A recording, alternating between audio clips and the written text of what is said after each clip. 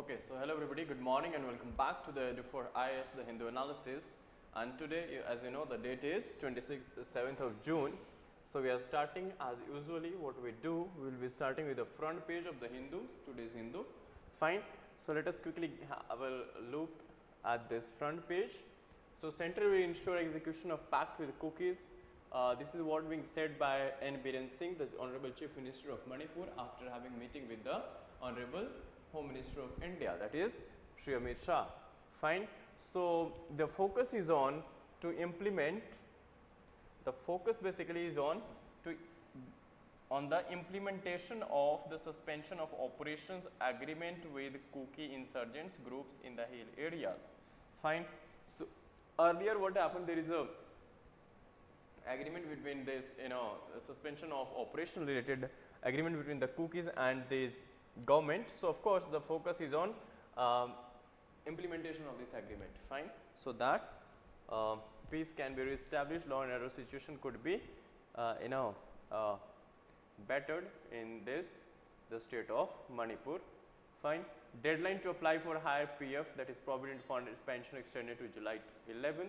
Just a fact, just a news, Miss Lynn. Okay. So from the left side we have not that much important things, and editorial, the main chapter of how it sees the past concept of nationalism rooted in culture, Hindutva. Okay, so Mr. Shashi Tharoor has written about Hindutva and that, so of course we want that involved a little bit of this political angle as well. So NMC rose back. Okay, fine. Again political things here only. The local news, we can safely skip this news. Honestly, you just need to be aware of wherever you are living, of our surroundings. Fine. Not much. Pressure on Gehlot to file. Okay, again politics. Let us not go into that. Caste will have no role to play in appointment of temple priests, said by Madras High Court. Remember this much.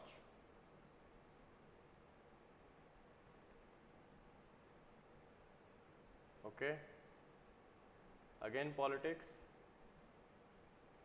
Okay, so finally landed on this most important page, that is editorial page, and of course we all want to be discussing this article because Hindutva's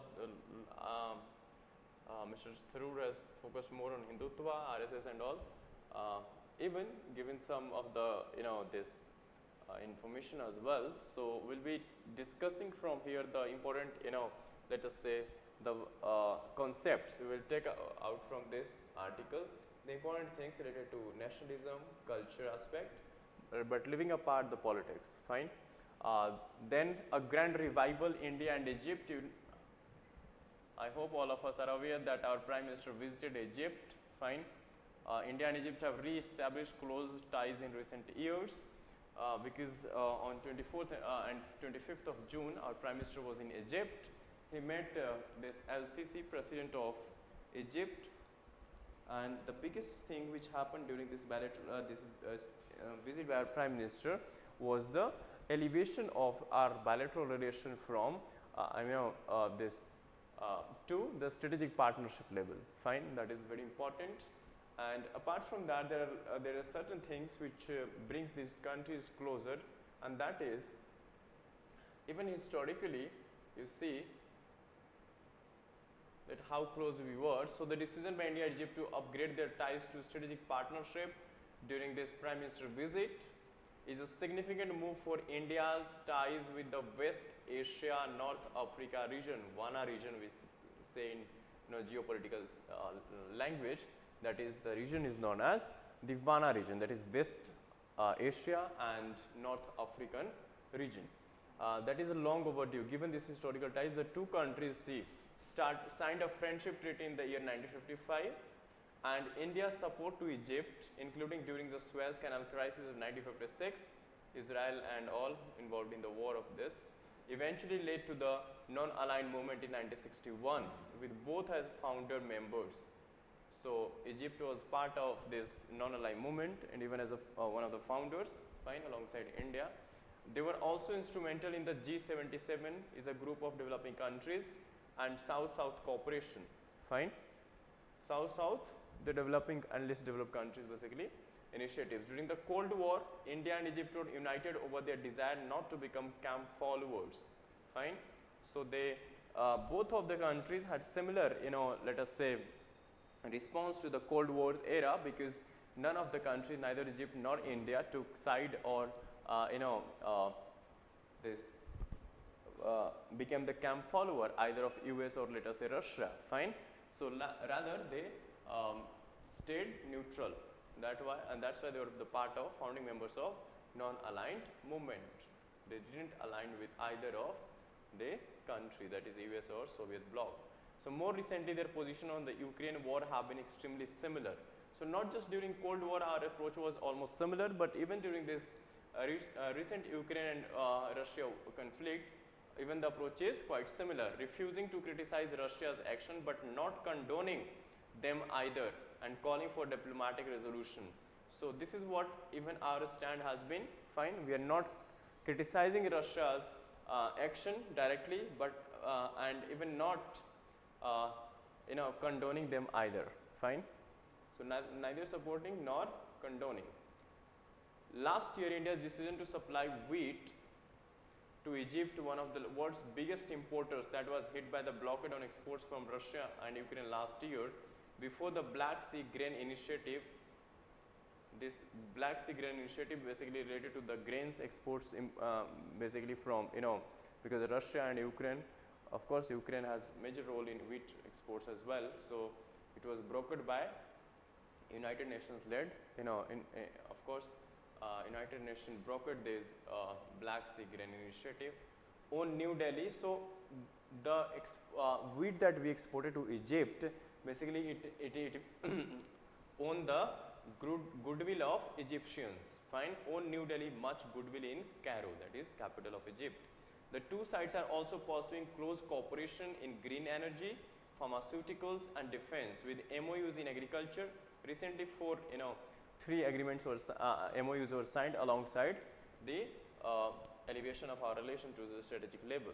Agriculture, archaeology and antiquities, all of this we have discussed yesterday, and competition law as well.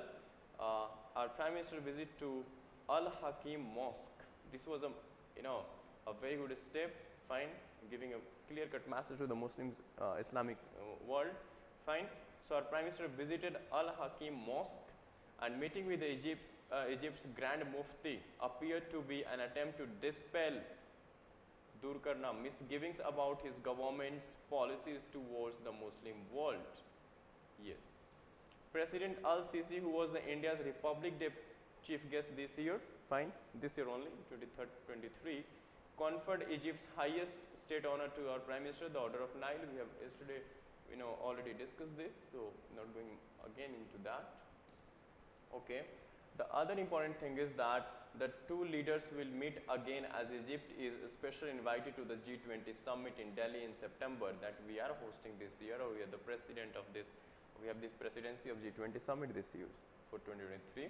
The leaders appear to have spent much time focusing on multilateral issues, India's closer ties in Egypt's neighborhood, especially Israel and Saudi Arabia, food and energy security constraints, building more cooperation with the global south, including the African Union. In March, Egypt joined the new development bank as well, set up by BRICS, and even Egypt wants to join BRICS as well, fine, and is keen to join this grouping that will deliberate new membership at its summit in Cape Town this August. So of course BRICS summit is going to be hosted by South Africa in Cape Town this year, in this August, upcoming August. Fine. So there Egypt is planning to join the BRICS as well. Fine. Where Egypt will seek India's support, of course. So for joining, Egypt needs India's support for, to join BRICS as well. Bolstered by historical ties and buffeted by present-day geopolitical turmoil, it is clear that India and Egypt are now essaying basically is trying, attempting or trying a closer relationship, one that looks both at future economies and autonomous foreign policies. Fine. So a small but a very good piece of article giving you complete insights about the India's and Egypt relations from the past to the present and future as well. Fine. So, that's pretty important to keep in mind now. So, the revived contestations over history from the Gyanvapi mosque case to the renewed demonization of Aurangzeb confirm that Hindutva conflates its ideas of religion and culture with those of nation and state. So, you can see what he is saying, that Hindutva basically conflicts the ideas of religion and culture with those of the nation and state. Fine. Nationalism and statehood are by definition indivisible, whereas religion and culture take on multiple manifestations. Culture of course contribute to national identity, yet culture alone cannot mold the nationalism of a country, leave alone that of a plural land such as India. Plurality is or pluralism is basically the unity in diversity. Fine, that we have lots of diversity based on class, caste, linguistic diversity, ethnicity, but still we have unity in that diversity as well. Indeed, an India confident in its own diversity could celebrate multiple expression of its culture. Fine. Of course, if we are confident about our own unity in diversity, then of course we have this. We can celebrate our multiple expression of. We can give multiple expression to our culture as well. Fine. So now he is discussing about Mr. Goldwalkar, the longest serving president in this. Chief of course, RSS, Rashtriya Swayamsevak Sangh. So, not going into that, let us not go into that. Remember, there is a famous book written by Mr. Thrur. With the publication of the book An Era of Darkness, the British Empire in India, he criticized 200 years of foreign rule. The voices of Hindutva led by Prime Minister Modi himself condemned 1200 years of foreign rule. This is what he is saying. To them, the Muslim rulers of India, whether the Delhi Sultans, Dakkani Sultans or the Mughals, were all foreigners. Fine. So, he is saying for Hindutva or for Prime Minister, of course, all of the Sultans were foreigners. Fine. This is in context more of the context of this article more is deleting the history of such Mughals and rationalizing basically the NCERT books.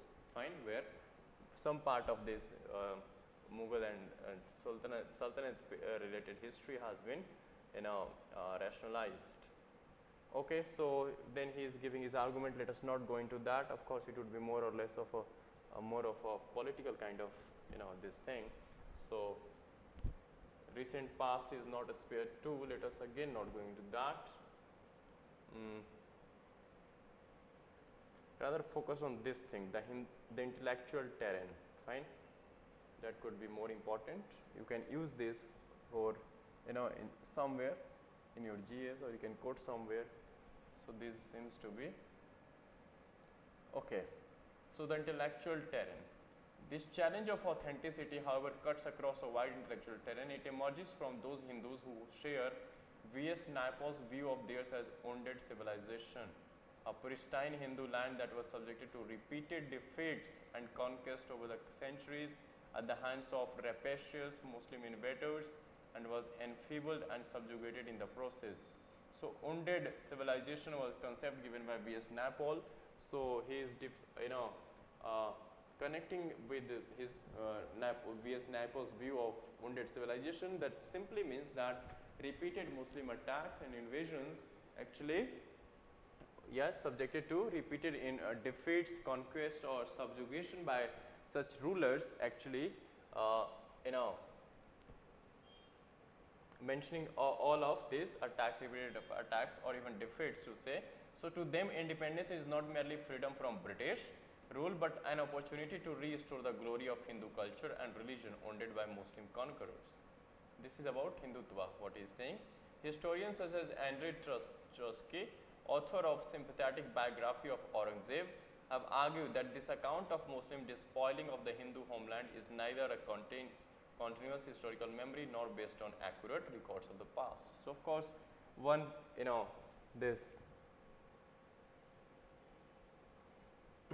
one party would defend the other, of course, this is what happens. So, historical evidence suggests that Aurangzeb did not destroy thousands of Hindu temples as is claimed, and that the ones he did destroy were largely for political reasons, that he did little to promote conversions as evidenced by the relatively modest number of Hindus who adopted Islam during Aurangzeb's rule, and that he gave patronage to Hindu and Jain temples and liberally donated land to Brahmins.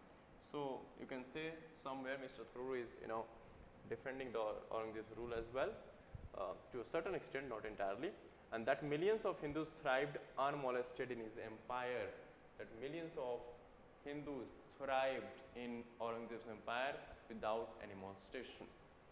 Okay, like many rulers of his time, whether Muslims or Hindus, Aurangzeb attacked Hindus and Muslims alike. Now see what he is saying.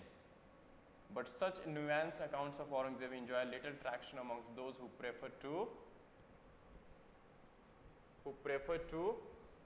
prefer their history in unambiguous shades of black and white. Aurangzeb is controversial not because of what he did in the historical past, but rather because he serves a useful purpose in the present as an emblem of Muslim operation. So he is saying that Aurangzeb is controversial not because what he did in the past or during his rule, rather because he serves a useful purpose at the present or in the present as an emblem of Muslim operation. Fine. So he is basically labeled or quoted as an example of Muslim oppressor. Fine. Okay.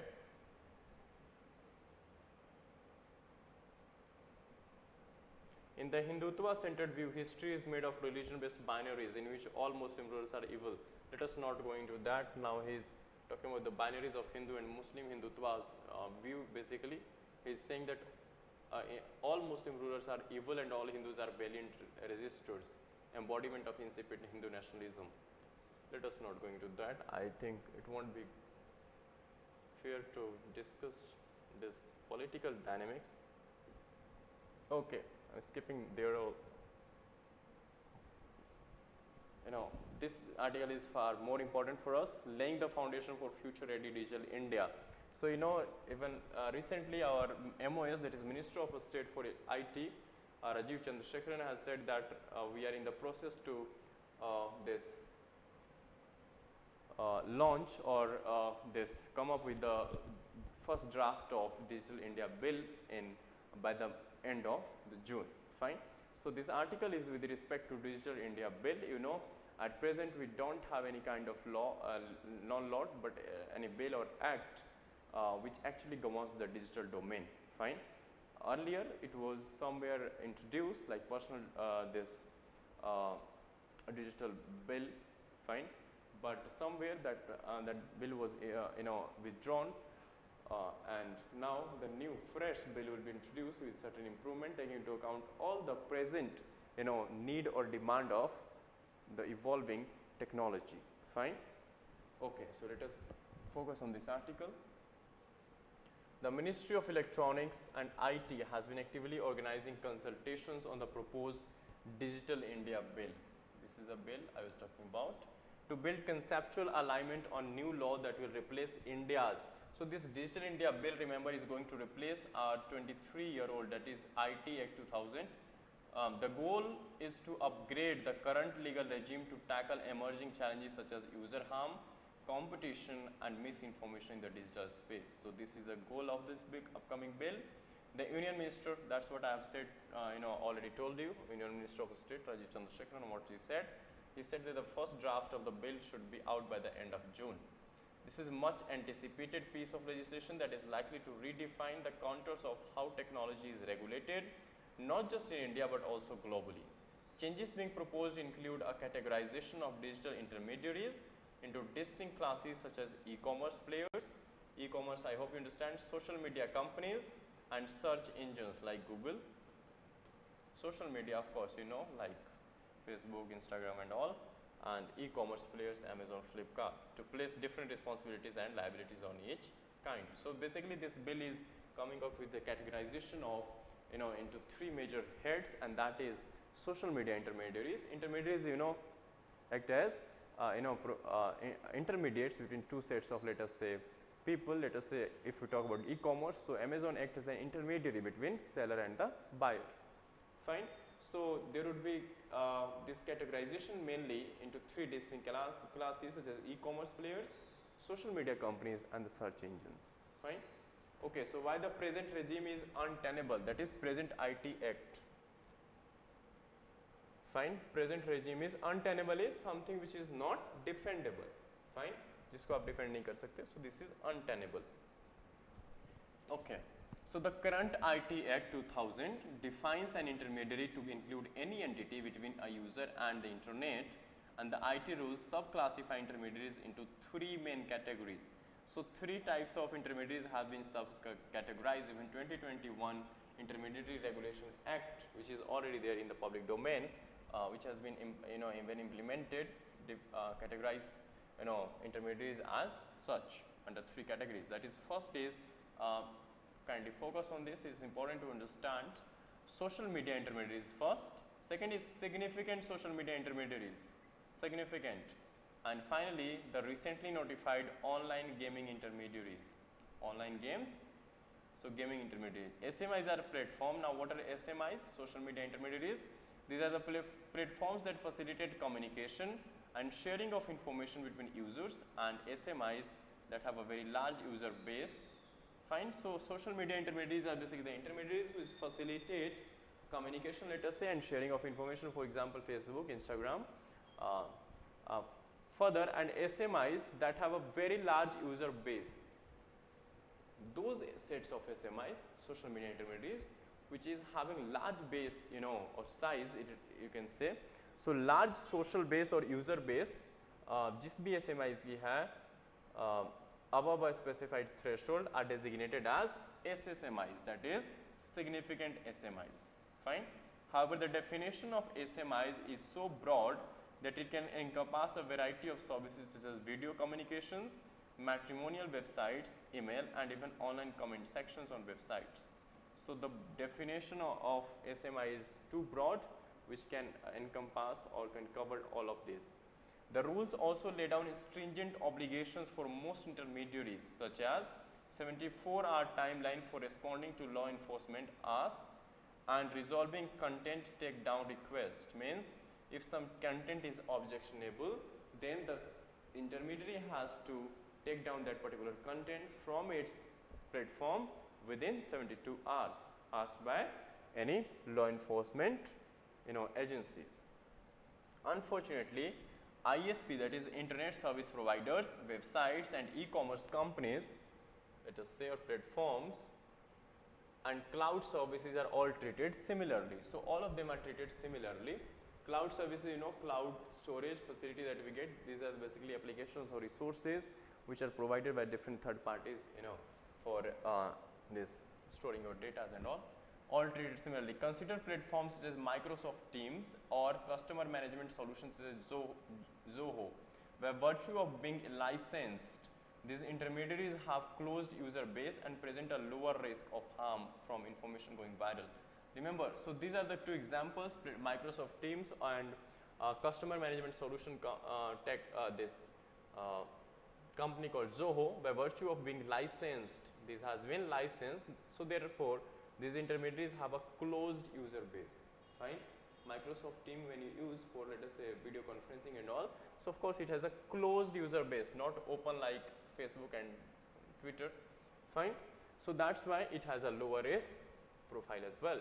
Treating these intermediaries like conventional social media platforms not only adds to their cost of doing business, but also exposes them to greater liability without meaningfully reducing risk presented by the internet.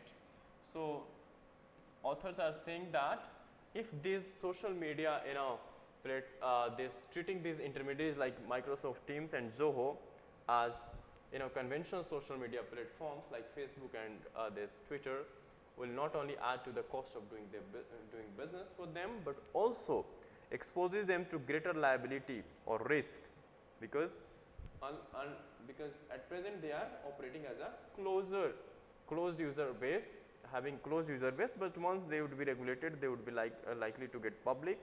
Fine. And this could pose serious risks as well. so far only handful of countries, so there are few countries example here, taken clear position on the issue of proportionate regulation of intermediaries. Proportionate regulation means every intermediary should be regulated by the in the proportion of his size, let us say, or user base, fine. So not the uniform regulation for all the intermediaries, rather proportionate regulation should be there. So there is not too much to lean on, fine, lean on, not too much to lean on, that is not too much to rely upon. The European Union's Digital Services Act is probably one of the most developed frameworks for us to consider. So this is one of the example, and you know, European Union is somewhat way forward, quite proactive in taking up the measures, coming up with the acts, law and set of rules and regulations for you know, regulating these media platforms, intermediaries, and even safeguarding the digital privacy of users, fine, safeguarding the digital security. Because you see, earlier you came up with the personal digital this bill, PDP, personal digital bill, on the basis of which even to greater extent we try to take the good things from that bill as well for our own personal digital bill, but of course now we are coming up with the Digital India bill, fine, in place of that particular bill. So the European Union's latest Digital Services Act, DSA, is probably one of the most developed framework for us to consider. It introduces some exemptions and creates 3 tiers of intermediaries. First is hosting services, second is online platforms, and third is very large online platforms like Twitter, Facebook. Hosting services, those who are hosting, basically acting as a host. With increasing, for example, Amazon hosting may, there could be e-commerce platforms as well, because they are hosting a kind of, you know, services, providing a service, acting like intermediaries between the buyers and the sellers. With increasing legal obligation, Australia has created 8-fold classification. As we noticed in our bill, going to be the 3-fold classification, and those includes, you know, these 3 sets of includes, of course, e-commerce players, social media companies, and search engines. But in terms with respect to Australia, Australia has classified or created an 8-fold classification, fine, with separate industry drafted codes governing categories such as social media platforms and search engines. Intermediaries are required to conduct risk assessments based on the potential for exposure to harmful content such as child sexual abuse material or terrorism. So of course, this becomes the moral duty of any, you know, this intermediaries to conduct risk assessment based on the potential for exposure of harmful content, for example, such kind of child sexual abuse materials or terrorism, fine. Now focus areas, what should be the focus areas for India?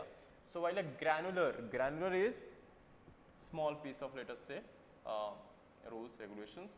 Product specific classifications could improve accountability and safety online. Product specific classification required.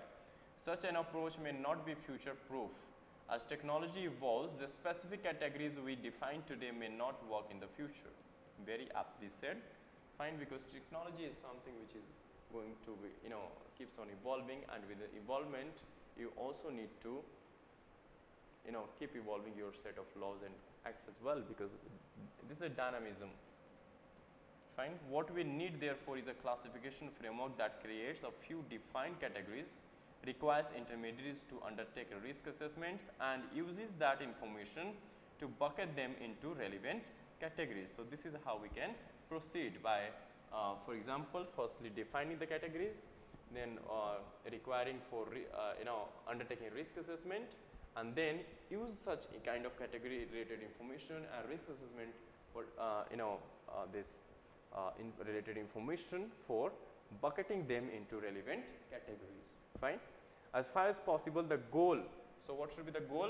Should be to minimize obligations on such kind of intermediaries, of course, ease of doing business thing here, and ensure that regulatory asks are proportionate to the ability and size. Of course, you cannot, you know, have, you know, single uniform law for bigger and smaller, of course, players. So we need to have proportionate regulation according to their ability and size. One way to do this solution would be to exempt micro and small enterprises, fine, and catching and conduit services, the pipes of the internet, fine. So catching and conduit services like transmission facilities that they provide, like internet services and all. So micro, small, and such kind of services could be exempted from any major obligations. Clearly distinguish communication services where end users interact with each other from other forms of intermediaries such as search engines and online marketplaces. So of course we need to have clear cut categorization as well between the communication service providers or intermediaries, fine. Let us say whatever used platforms for chat purposes, let us say Instagram, Facebook and all, and from other forms of intermediaries such as search engines and e-marketplace or online market platforms or e-commerce platforms. Given the lower risk, the obligations placed on intermediaries that are not communication service should be lesser, but they could still be required to appoint a grievance officer, cooperate with law enforcement, identify advertising and take down problematic content within reasonable timelines. So of course this should be applicable even to the small this micro and small intermediaries as well, like appointing a grievance redressal officer, that any grievance is where citizen is filing or public is filing, then of course need to address that as well. And after that cooperate with law enforcement agencies, domestic law enforcement agency indeed, and identify advertising and take down any problematic content as well, fine, within a stipulated timeline. Intermediaries that offer communication services could be asked. So those sets of intermediaries which are providing the communication services, they could be asked to undertake risk assessment based on the number of their active users, risk of harm and potential for virality of harmful content. The largest communication services could then be required to adhere to special obligations such as appointing India-based officers and setting up in-house grievance appellate mechanisms. Of course, this is what has been mandated under the IT, this Intermediary Regulations Act, which were there since 2021 in India, with independent external stakeholders to increase confidence in the grievance process. Alternative approaches to curbing virality such as circuit breakers to slow down content could also be considered, fine. So virality, like whenever something goes viral, so of course the virality of such content could be reduced by slow downing the content spread, of course. For the purpose, so this proposed approach to be effective, matrix for risk assessment and appropriate threshold would have to be defined and reviewed on a periodic basis in consultation with the industry. So of course need to take on board the industry as well. Overall, such a framework would help establish accountability. Now, how this could help out? So of course could be able to establish accountability and online safety while reducing legal obligations for large number of intermediaries. In doing so, it could help create regulatory environmental that helps achieve the government's policy goal of creating a safer internet ecosystem while also allowing business to thrive. So what is the goal, or the trade-off is, the goal of the of government is creating a safer internet ecosystem for the public, at the same time allowing the businesses to thrive, making ease of doing business as much possible as well, fine. So of course this is a very good piece of article. You should read and revise the same for having a bureaucratic like argument related to this. Okay, not much there on those pages today. Okay, so you can skip this. Wagner mutiny. So of course, understanding the Wagner mutiny, I think no use to invest that much of time over this. Hope all of you are aware. Wagner mutiny is of course in this Russia. Wagner is a group, and the leader of Wagner group, of course, is who is happened to be a good friend or close ally of Mr. Putin as well, and he built a private, let us say, security kind of company that we generally have today. So and now they are against the President Putin himself. Fine. Okay. Okay. Let us quickly glance. look at the other pages. Assam will have a fewer Muslim majority constituencies, says opposition. Okay, let us not go into that. Again, it's a kind of politics, but what is important from this is polity. That's why I always say politics and polity two different things. What is important and relevant from the exam point of view for us is the polity and not the politics per se.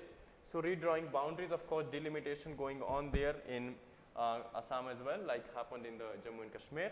The draft delimitation proposal published for Assam by the Election Commission of India increased total number of seats reserved for the SC and ST categories, though it retained the total assembly and Lok Sabha constituencies. Fine. C. The ECA has invited suggestions and objections for the delimitation draft till July 11/20. The last delimitation exercise in Assam was carried out in 1976, way back. The number of SC assembly seats have increased to from 8 to 9, and the number of ST assembly seats have increased from 16 to 19. But there is no change in the division of the 14 Lok Sabha seats from Assam. Fine. So this is the new and old division. Assembly की बात करें, Legislative Assembly of Assam. So new division would be like and the old. Earlier it was 1 and 2 for general. Now this has been reduced to 98. See, for SC increased by 1 and for ST increased by 3. So total increment of 4 seats, and here you see, fine, from 102 to 98 means 4 seats यहाँ कम हो रही है और 4 seats यहाँ बढ़ रही हैं. So total would remain same 126, and for Lok Sabha seats, so assembly seats in total assembly seats in Assam is 126 and total number of Lok Sabha seats in Assam is 14. That is not going to change even after this delimitation act. Okay. Okay, further moving to the next pages. See what's more important from the today's newspaper. Okay. Manipur, everywhere Manipur. Okay.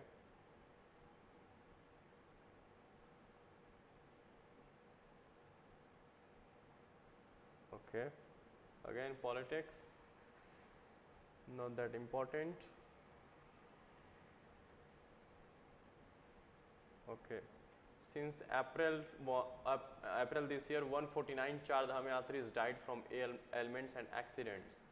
You can see this. Char Dham Yatra is going on. Okay. Okay.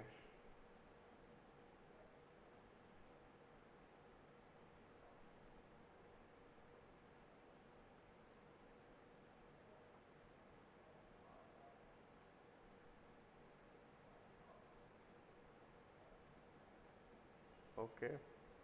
World news.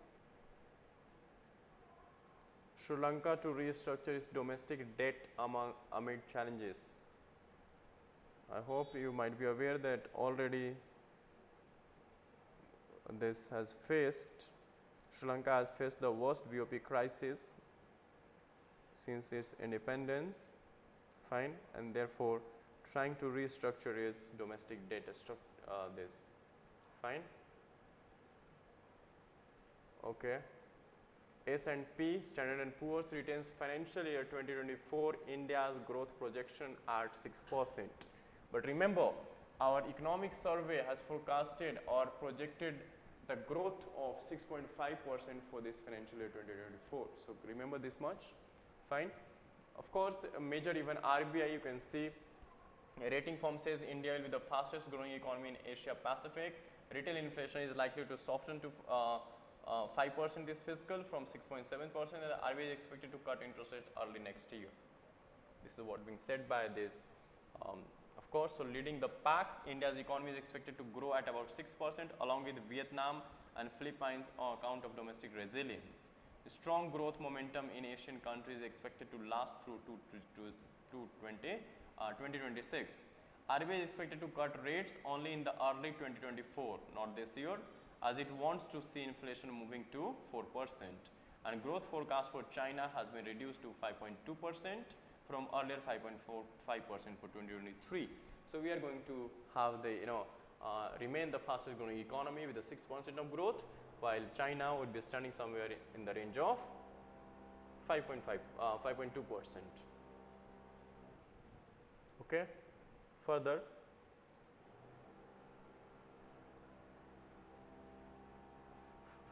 okay.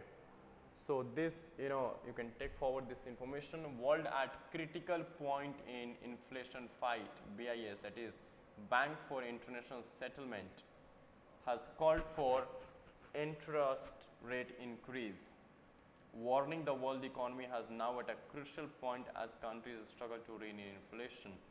So see, above just to Standard and Poor, according to we have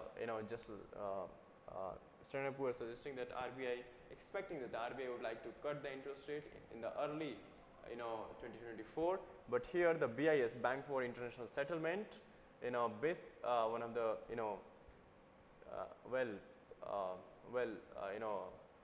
let us say well positioned authority related to the banking governance and all, of course, in global economy, suggesting to increase, has called for more interest rate increases.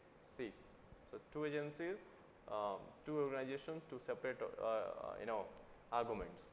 Despite the relentless rise in interest rate over the last 18 months, inflation in many top economies remains stubbornly high, while the jump in borrowing costs triggered the most serious banking collapse since the financial crisis 15 years ago, that is of 2008. The global economy is at a critical juncture, BS General Manager said. Fine. Stern challenges must be addressed. The time to obsessively pursue short-term growth is past.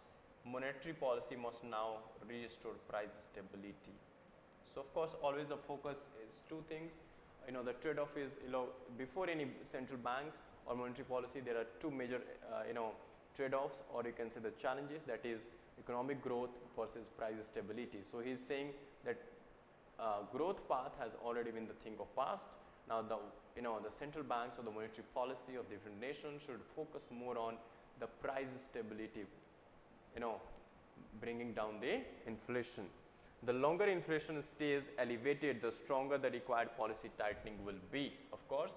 So the longer inflation stays elevated, the stronger the required policy tightening would be, warning the possibility of further problem in the banking sector was now material. So that's what labeled by said by the BIS general manager. Fine. Okay.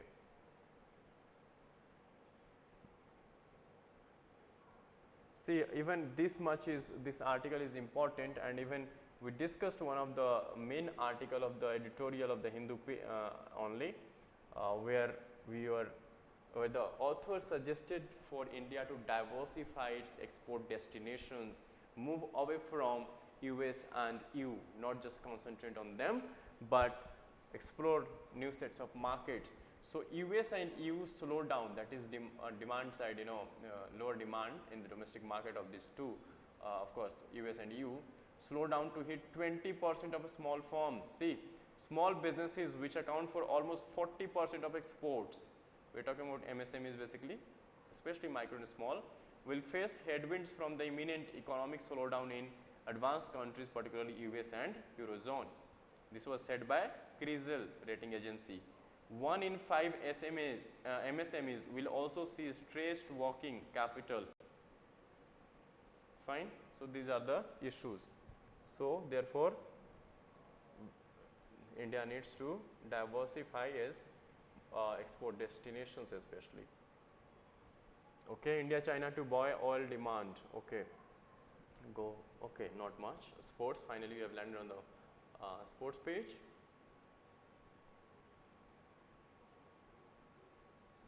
Okay, this is, general, not that particular to the player, but mental stress tougher than physical toll. This is very much applicable for every individual. If you are mentally stressed, of course, it is very difficult to manage and get back to the normalcy compared to the physical toll. Fine. So focus, keep doing exercises, yoga and meditation for good health. Of course, and especially for stable, strong mind. So that's it from the 27th of June, today's Hindu analysis. If you have any query, anything, you can put the same in the comment section. Thank you for being with us. Unless, of course, stay tuned for tomorrow's Hindu analysis. And until then, take care and keep revising. Thank you.